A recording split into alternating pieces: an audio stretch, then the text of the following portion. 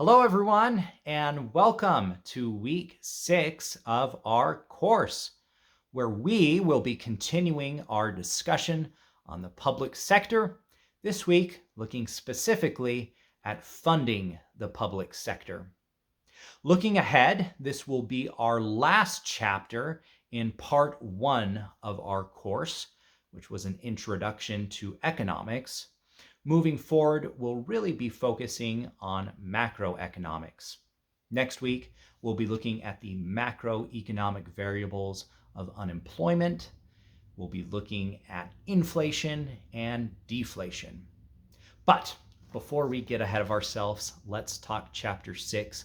Let's look into funding the public sector. The government, like you and I, has a budget constraint.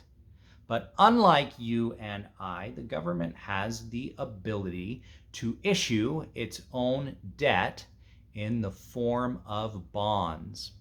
And when deciding and looking over their budget constraint, they look at the current debt that they have, the current needs, and they compare that debt to other economies throughout the world. In addition to debt, they have the ability to tax. And when they look at taxation, they primarily look at two different variables. The first one being their tax base. The tax base is made up of all of the income of the individuals living in their country or their citizens living outside of their country, the goods that they're able to tax, and the wealth that they're able to tax.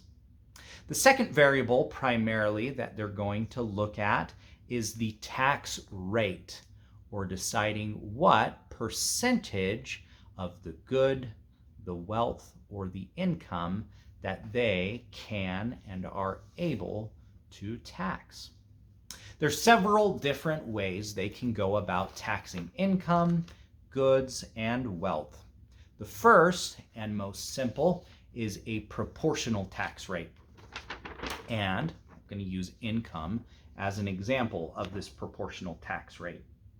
Regardless of this individual's income, whether it be $10,000, $35,000, $75,000, or $155,000, they are going to take a proportional or flat tax rate of 5%.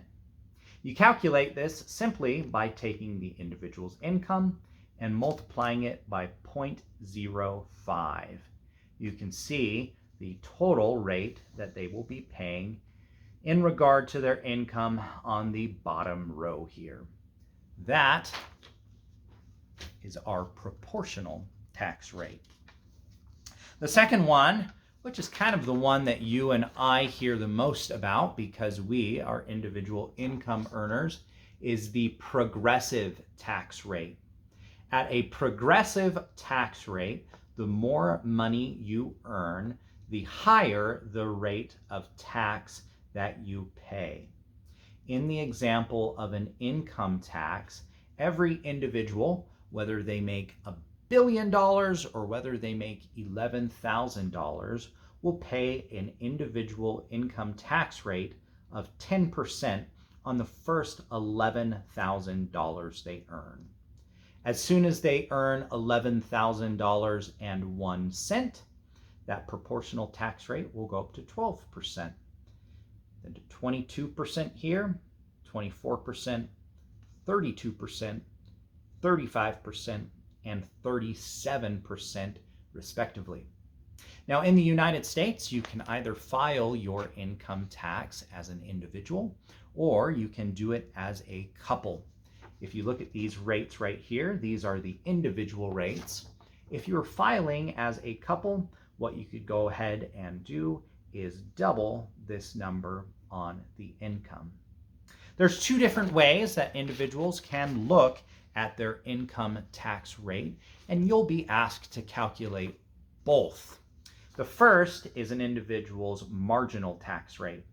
And a marginal tax rate looks at the change in income from one bracket to another and the change of the tax rate.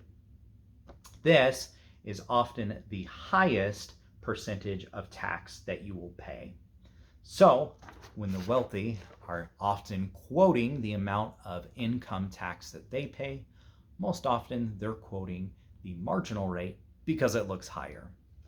The one that's a little bit more common is your effective rate or your average rate. This is simply taken by taking your total taxes due and dividing it by your total taxable income.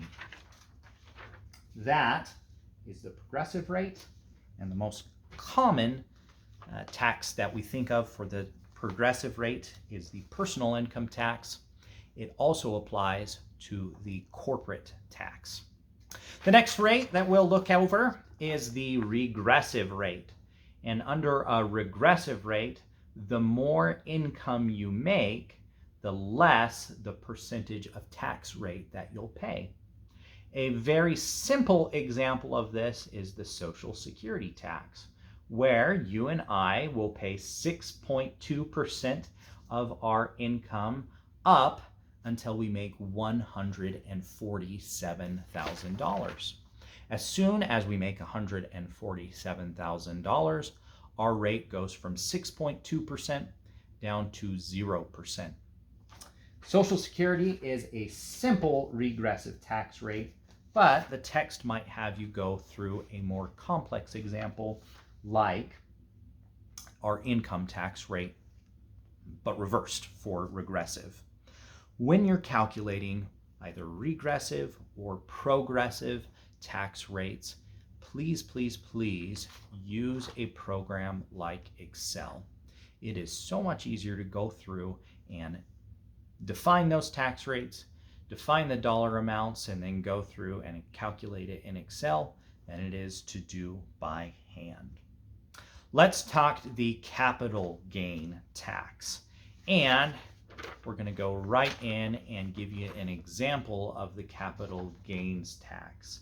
In a capital gains tax, you are not going to be paying a total amount of the money that you receive from selling an equity or a good or a home or whatever it is that the capital gain tax applies to, but you're just going to be paying taxes on a gain.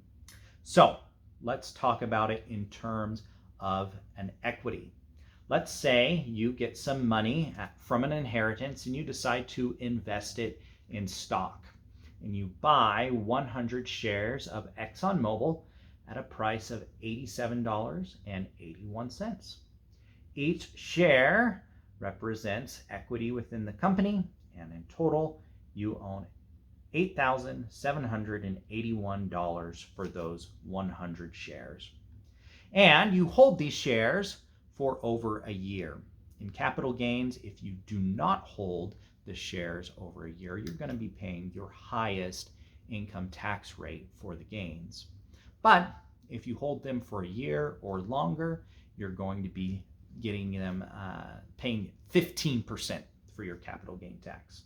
So in our example, you held them for over a year.